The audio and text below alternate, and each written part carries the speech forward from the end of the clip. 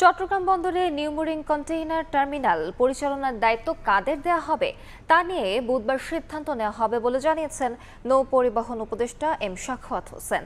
সচিবালয়ে সরকারি ক্রয় সংক্রান্ত উপদেষ্টা কমিটির সভা শেষে সংবাদকর্মীদের এই কথা বলেন তিনি।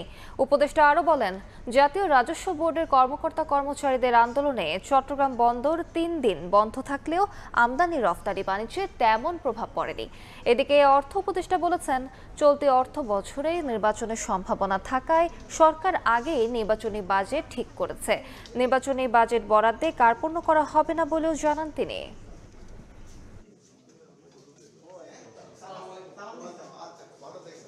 পোর্ট অ্যাকচুয়ালি বন্ধ ছিল না। পোর্টে যে অবস্থা ছিল 3-4 দিন একটা অলরেডি যেগুলি এক্সপোর্ট হওয়ার কথা ওগুলো ঢুকে গেছিল, জাহাজীকরণ বাকি ছিল। কাজে ওইটাতে কোনো এফেক্ট হয়নি 3 দিন। যেটা এফেক্ট হয়েছে সেটা হচ্ছে এই জাহাজীকরণের পরে যেগুলো ভিতরে যাওয়ার কথা কাস্টম চেকিংয়ের পরে সেগুলোতে এফেক্ট হয়েছে। সিদ্ধান্ত এখন যেটা আছে এটা বন্দর ডিসাইড করে কারা করবে, ডিপিএম 6 মাসের জন্য। চট্টগ্রাম বন্দরে কন্টেইনার হ্যান্ডলিং করার জন্য একটা আমাদের বিষয় আছে, সেটা আমরা করছি, কারণ কন্টেইনার হ্যান্ডলিংয়ের ব্যাপারে একটু ইস্যু হচ্ছে। নির্বাচনের জন্য অর্থ যা বরাদ্দ দেওয়া হয়েছে এবং নির্বাচনীতে অর্থ যা দেওয়া হয় সেটা কোনো আমরা কার্পণ্য করবো না।